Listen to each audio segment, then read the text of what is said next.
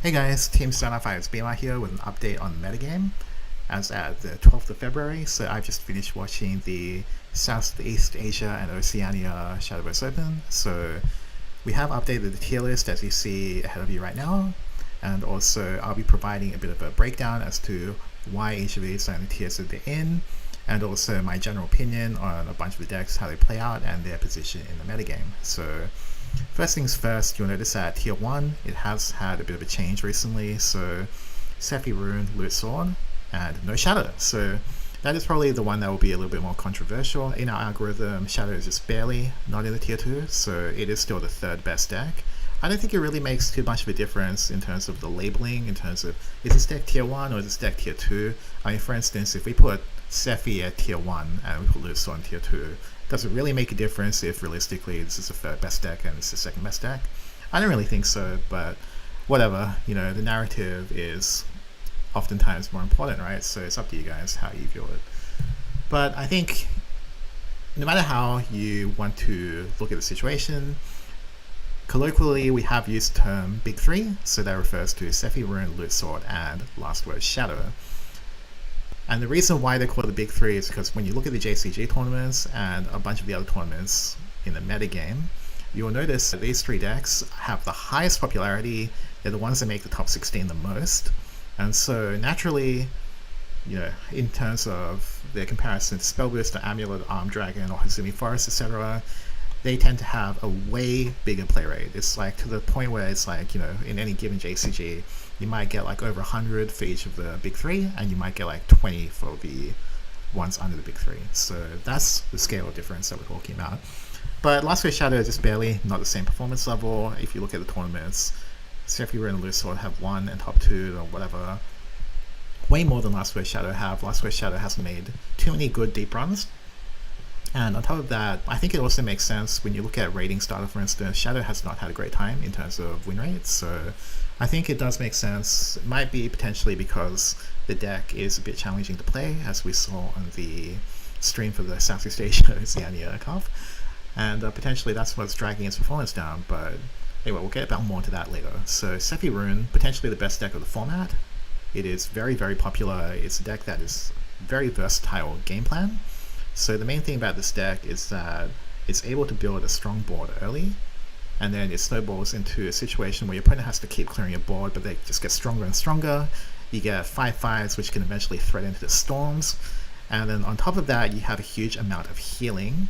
You have Evo recovery, board clear, and then eventually, even on turn 9, you have an OTK with a 5 Evo Olivia and a Yukishima, which is a backbreaking combo that any deck that can't finish you before turn 9 is going to have to worry about to some extent.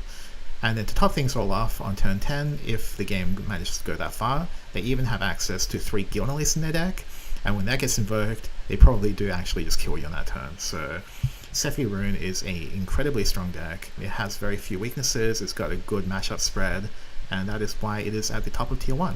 And that is also what you'll see when you look at what type of decks have been winning tournaments, and Sephi Rune has won its fair share of tournaments. Now, the next deck is Loot Sword. So Loot Sword is in a very similar position to Sephi Rune. It's got a very good matchup spread. In fact, Loot Sword only really has one bad matchup, and that matchup is Hazumi Forest. But every other matchup it can at least play into, even if it's like a 50-50 or maybe even slightly unfavored. But it has pretty much a great matchup spread, and it's a very rewarding deck to play. So whereas Sephi Rune, it does have a number of options, and maybe actually the drawing point is quite easy to play. But Loot Sword's draw point is that you have so many different options in every single turn.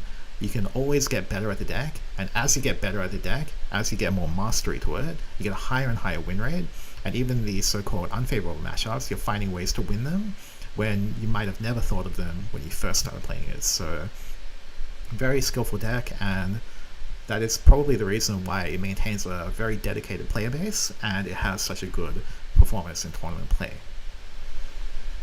In terms of its actual game plan though, which I didn't really get into, so it basically is a tempo deck, so essentially it creates a big early board which your opponent has to answer, and then in the process it's building up its loot count, and then eventually reaches either the 10 rally condition, which turns on Opulent, which is one of the most broken cards in the game, Or alternatively, you reach the 7 loot condition where you start getting black flags in your hand, your Barbaros becomes like an OTK condition, and then on turn 8 you've got a really nasty combo with, double Gunner for instance, and 4 flags. You only need 2 in your hand because 2 get generated by Gunner, and then that's 20 damage, and then, for every turn you go up, you get an extra play point to play around with, and then eventually your opponent just has no way to deal with that OTK potential from Sword. So it is a very versatile and strong deck, and although they've cut down the Guild Release copies to 1, there is still also the possibility that if you go to turn 10, they get Guild Release, and if they get Guild Release in turn 10, that game is over. So yeah, I think Loot Sword, very strong deck, very rewarding deck.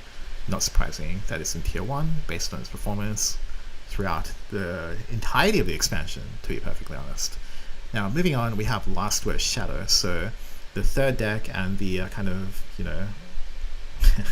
the weaker little brother of like kind of the 3 top decks. So this deck, despite its popularity, it hasn't had very good performance. So it hasn't won very many JCGs recently. It's lagging behind in terms of compared to Sephi and Loot. In fact, we've had a bunch of JCGs where basically Shadow doesn't even make it into the top 4 for a few of them. So I think potentially what that is that when you reach the top level of play for Sephi and Loot Sword, you do have a bit of an edge against Last Word Shadow. Or alternatively, maybe the Last Word Shadow's players weren't piloting properly or whatever. We don't know the answer to that, right? Because especially the JCGs, those games aren't streamed, so we can't objectively say, which deck would have won, but ultimately, the results speak for themselves in this instance, which is that Shadow is the weaker of the 3 top decks, but it is still the 3rd best deck. So just keep that in mind when we put this at the top of tier 2. Now, in terms of this deck, I think it has a really, really ridiculous matchup against a lot of control decks. In fact, pretty much no control deck can really defeat Last Word Shadow. It destroys Suzumi Forest, whereas Loot Sword has a very difficult time into it. And also it just kills off the other kind of control decks such as, Arc Portal or stuff like that. Because unfortunately, the Tyrant spell is just way too overtuned. And it needs to be overtuned because if it weren't, it would have no chance of beating Sephiroth in a Loot Sword.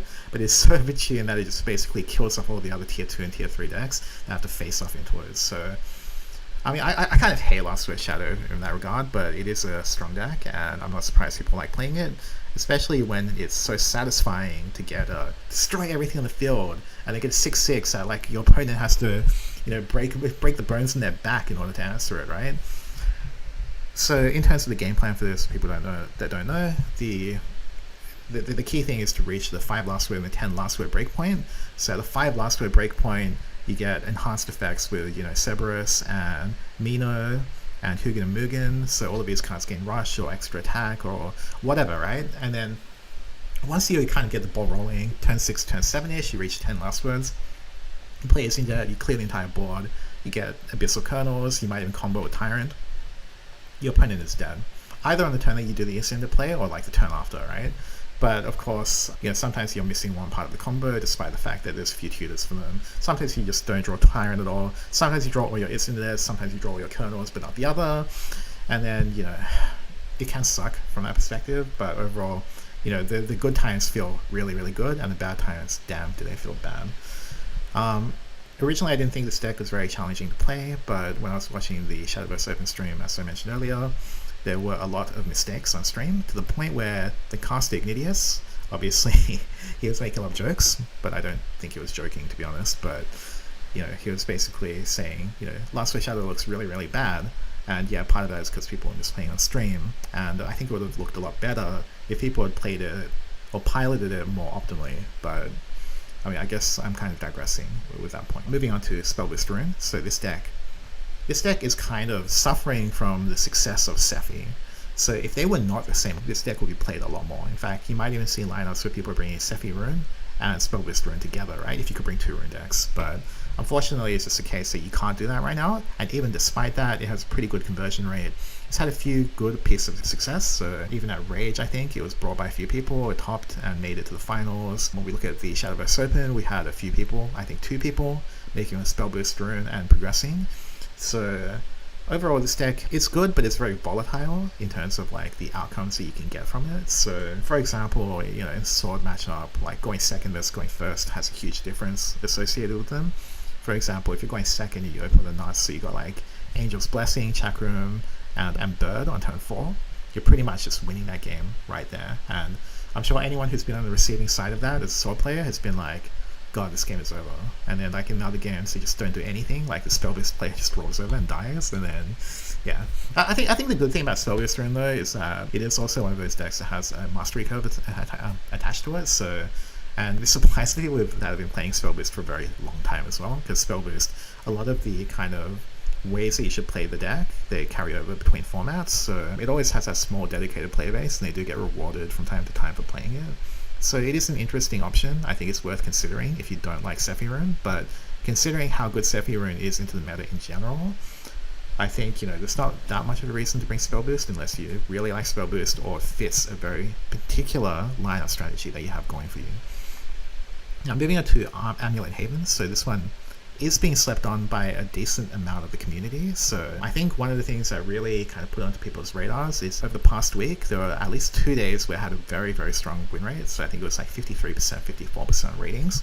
And of course, it's only one Haven deck, right? So you can actually tell that it's obviously Amulet Haven that's doing so well.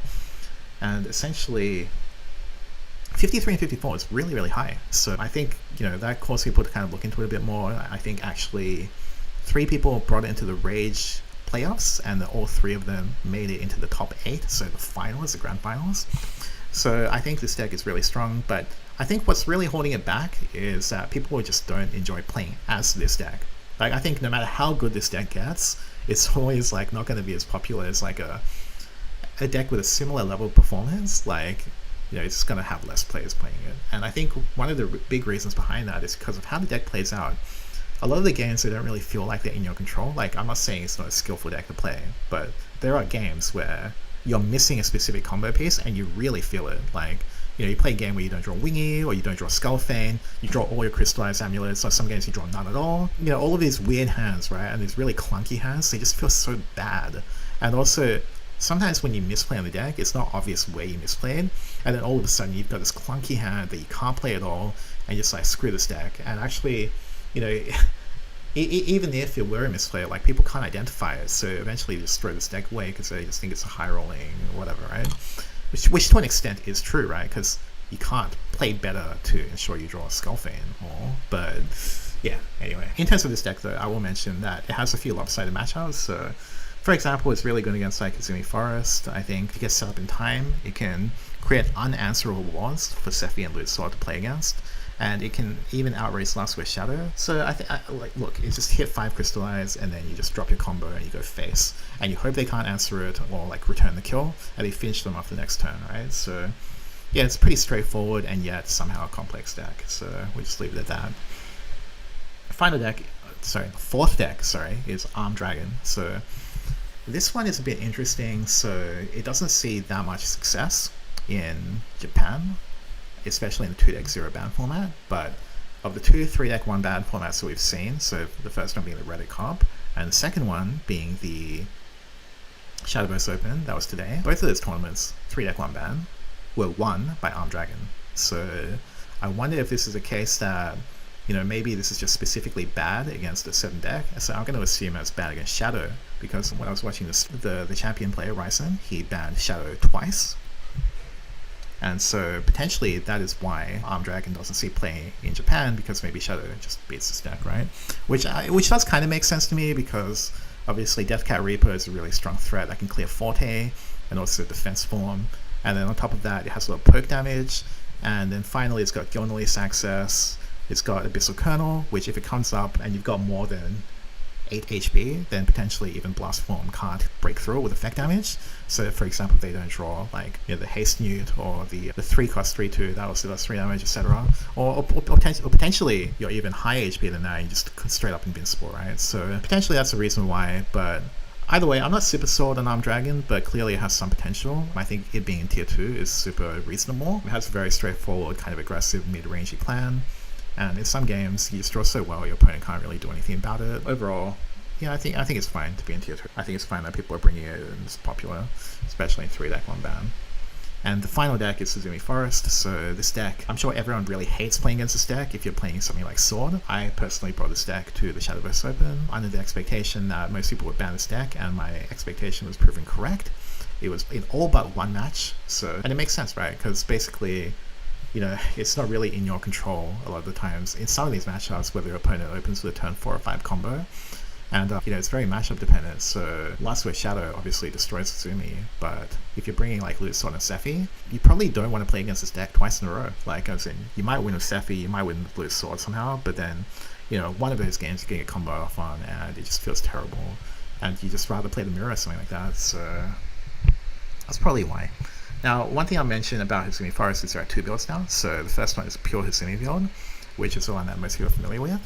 And there's a new one that's coming out, so it's called like the Magachio build. So this one runs kind of 2 or 3 copies of the Magachio card. So what it does is it allows them to reach the 4 cards played condition on either turn 7 or 8, and then you can get an OTK condition as opposed to the original, which relies strictly on the ability for the 2/2/3 cost that gets Storm Tamlin, I think his name is called. So I think this Magachio build has a lot more agency involved. So even though there's a bit of a beam that Izumi doesn't really take much skill, I actually think it is quite challenging to play that particular build, because the way that you manage your resources, the way that you play it out, you've got a lot of that kind of trap decisions, which if you make the wrong mistake, then you just lose the game, right? And these decisions don't exist in the standard Izumi build, because basically all you can really do is combo, don't combo, right? But in this case, now that you have to think about, do I want to hit 4 cards played before I can combo, then all of a sudden you might make certain mistakes. Anyway, it's an interesting kind of development. I think it's definitely, quite a skillful deck from that perspective. But at the same time, I think Izumi is kind of at the mercy of the matchups they place into. So if you knew for a fact that you're playing against Loot Sword every single match, then this deck is obviously a no-brainer to bring. But unfortunately, and in every tournament, it's not as if Sword has a 100% pick rate. It's probably more around like the 60 to 70% pick rate range. And I mean, what do you do when you don't face up against Sword? I mean, that's the problem, right? So you are taking a bit of a gamble when you bring Izumi, but overall, I think it is a solid tier 2 deck. And if you have the right kind of matchup RNG, then it is a super good deck. So that's why this deck is called the Izumi Roulette sometimes. Because there's a lot of RNG involved, and it's even the RNG outside of the game. And then finally, it brings us to tier 3. So Puppet Portal is a deck that has dropped off quite significantly over the course of the expansion. So mainly it's been disturbed by the top 3, which is like Sephi, Loot Sword, and Last Word Shadow, but it is still an explosive deck if you curve correctly and you get the right cards in time. It was won in both the 3-deck 1-bag format tournaments, so that is an interesting development. So once again, I wonder if that's because of Shadow, for instance, but either way, Puppet Portal, it's not much different from the previous expansion. The only difference is that there's now Kisrael, which is a very powerful turn 7 tempo option. I think it has a decent matchup against decks like Sephi, like Lishana, for instance. Once that Amulet comes down, the Sephi player keeps having to answer your board, but you're whittling them down slowly, and then eventually you can kind of finish them off, right? And so I think this deck is still good, but tier 3 seems appropriate given that it's had very little tournament success recently in Japanese tournaments, so that's why it's in tier 3. And then Discard Dragon is in a similar vein, except Discard Dragon hasn't won anything. I think it's literally like, I don't think it's won any tournaments. I think Pup is like significantly higher than Discard Dragon, but every once in a while you do get one guy or 2 people that are maybe top 8 of the tournament here or there, or top 16 of the tournament. It's not terrible, but I just don't really see the reason why you would play this. Like, you'd have to just like the deck, I guess, because like at the moment there's just not really much of a reason. And the final deck is Chest Runes, so I brought this deck to Shadowverse Open, and my reasoning was simply that it's really good against Sephi Rune. In fact, I think it's a dominating matchup for Sephi Rune, actually. So essentially, they have to build a board, and then you basically crash your pawns into that board, and then you get set up online before they do. Like, they need to get 5 test subjects, right? And then, by the time they've even managed to get 5 test subjects, you're hitting them face with 5th for 12 with your king. And they might not even be able to answer the king, to be honest, because they need to have Olivia and then crash it into it. And then next turn, you just finish them off with a second king, or whatever follow-up you might have, like Uranus or what have you, right? So that was the reason I brought it. I think personally Sephi also loses to a well-piloted sword, so from my perspective I just thought, well, both decks are like not that great against sword anyway. That means we're in chess, which has a better matchup against Sephi. I think I stand by that decision. I think Chess Rune has a position, like it has a place in the 3-deck 1-ban format, because you can ban Shadow.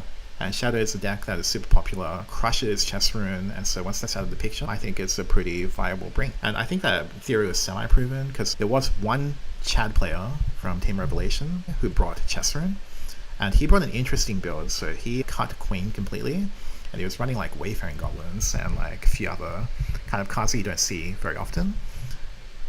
And I think I understand where he's coming from. So Queen is a card that you don't ever want to draw more than one copy of. After you've drawn the first copy, like, you know, it's quite challenging to get a second or third one down, so you just clog up your hand anyway. Also, they dilute the pool of check.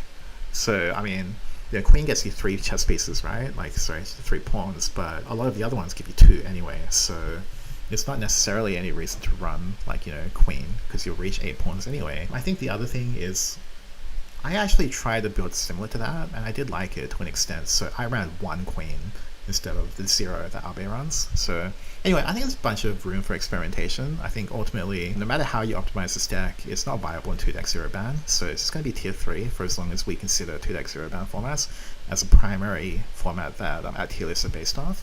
But I think in 3-deck 1-ban, it has a place. That said, that place will disappear if decks like Amulet Haven become more meta. But decks like Amulet Haven and Spell Booster, and actually, I think both of these decks are pretty good against chess. But when I was going to CO, I thought it's pretty unlikely those decks are going to be played a lot, so I'm comfortable taking the risk. And, you know, ultimately, I wouldn't say it totally worked out for me. I went 5-2, so obviously that doesn't get you into the top 8. You know, given what I knew, and, you know, if I had the same knowledge, even with hindsight, I would probably bring the same lineup. I thought it was good for CO, especially when I was looking at the breakdown of the decks that people were bringing in.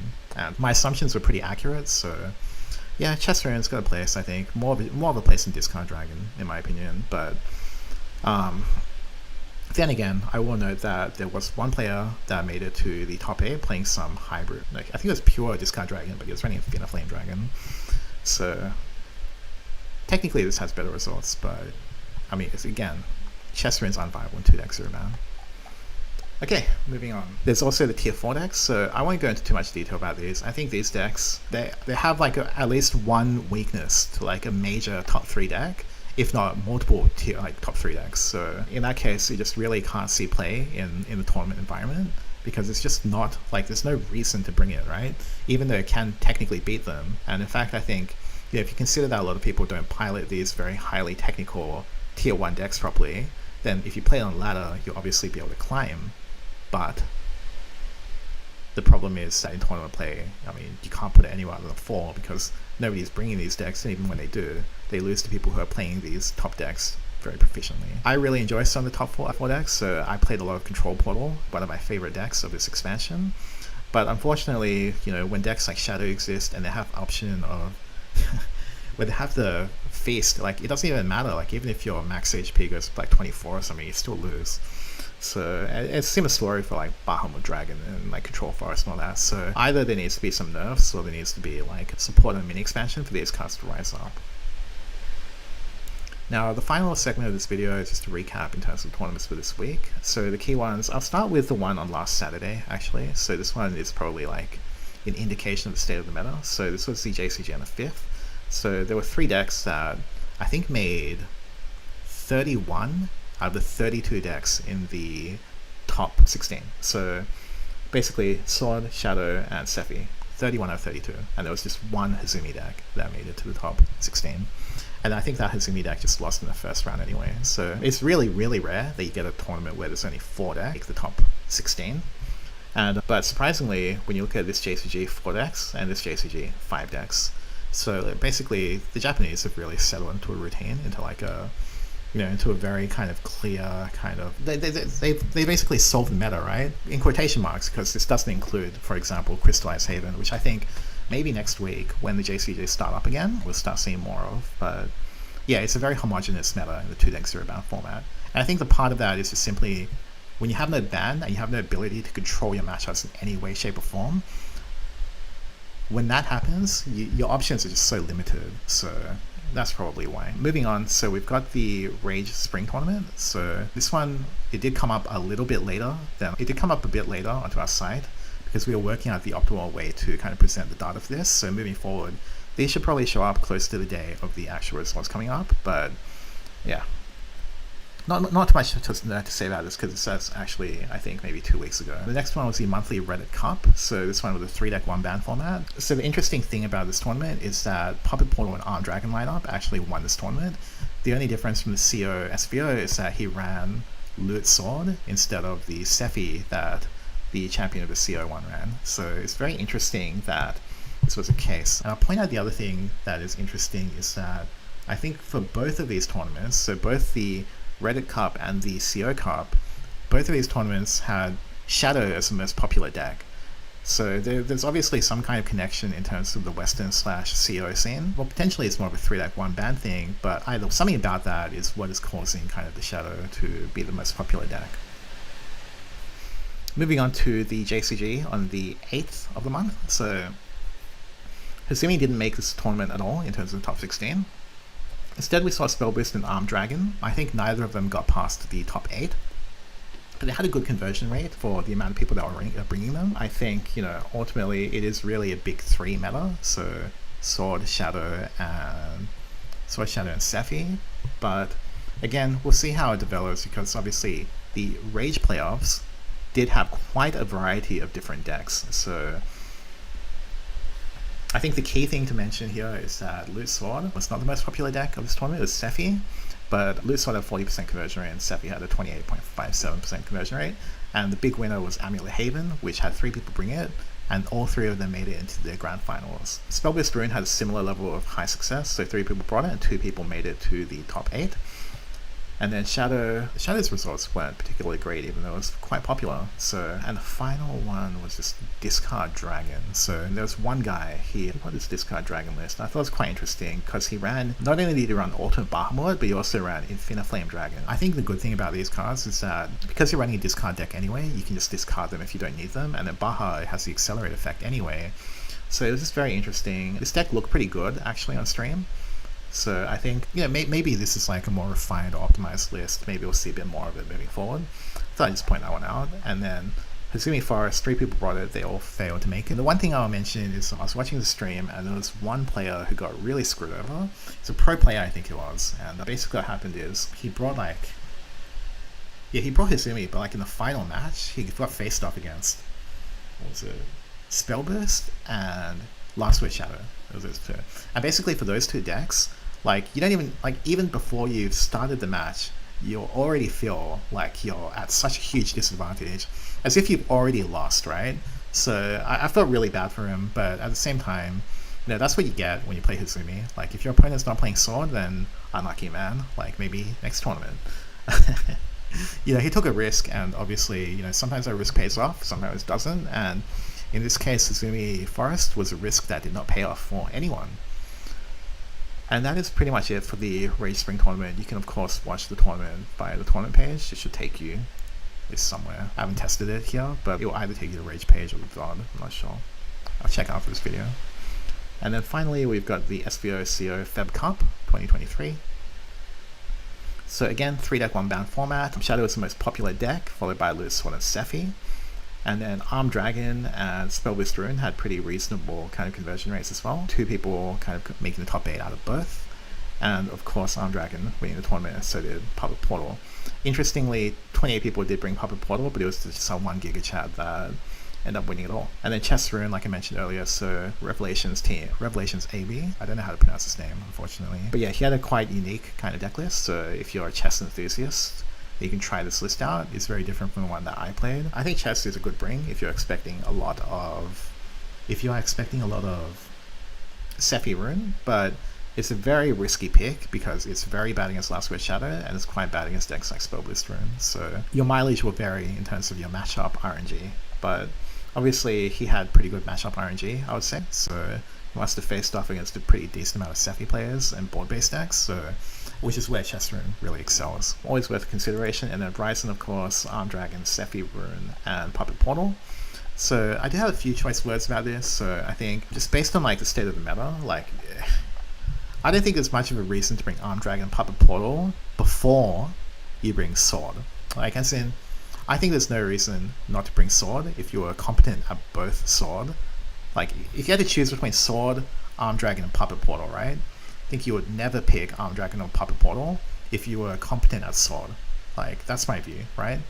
But I think basically it's almost an admission, right, that you're not good at sword, and therefore you're playing the deck that you can pilot, because obviously you want to give yourself the best chance to win, right? So if you can't play sword, then sure, play Arm Dragon and pop a portal, right? But I don't think like this is an indication that, you know, these two decks are necessarily great, especially given when I looked at the stream, there were a lot of misplays going on, especially in Last Word Shadow. Like I mentioned, I think I mentioned at least, so like Igni was basically, you know, kind of flaming Last Word Shadow a bit, because honestly the quality of play wasn't that great on the Last Word Shadow players at this tournament. But yeah, I think that's basically it in terms of the breakdown for the meta for this particular week. There was one more major tournament, so that will be Shadowverse Open for West. That will be coming up next week. And then after that, there will be no major tournaments until the mini expansion. So then we'll have a refresh of the tier list, and then hopefully we will see a bit of a shake up in the meta. Of course, I do kind of like the current meta because decks like Sword, Sephi, those two decks in particular have a lot of kind of decision points. You know, more so Sword, to be honest. They have a lot of decision points. You've got a lot of dynamic kind of game states, so it's been fun for a month and a half, but I think it's about time for a shake-up, so side games please either nerfs or buffs in terms of the mini expansion. So, and that's basically it. So if you want more kind of updates in the meta, of course you can always go to the site, shadowversemaster.com, and you can kind of go through each of the kind of data points on your own, in your own time. And also you can sub to the YouTube channel where occasionally I will post interesting viewpoints or tournament meta results or discussion points. So that's it for me. Be my art. Catch you later.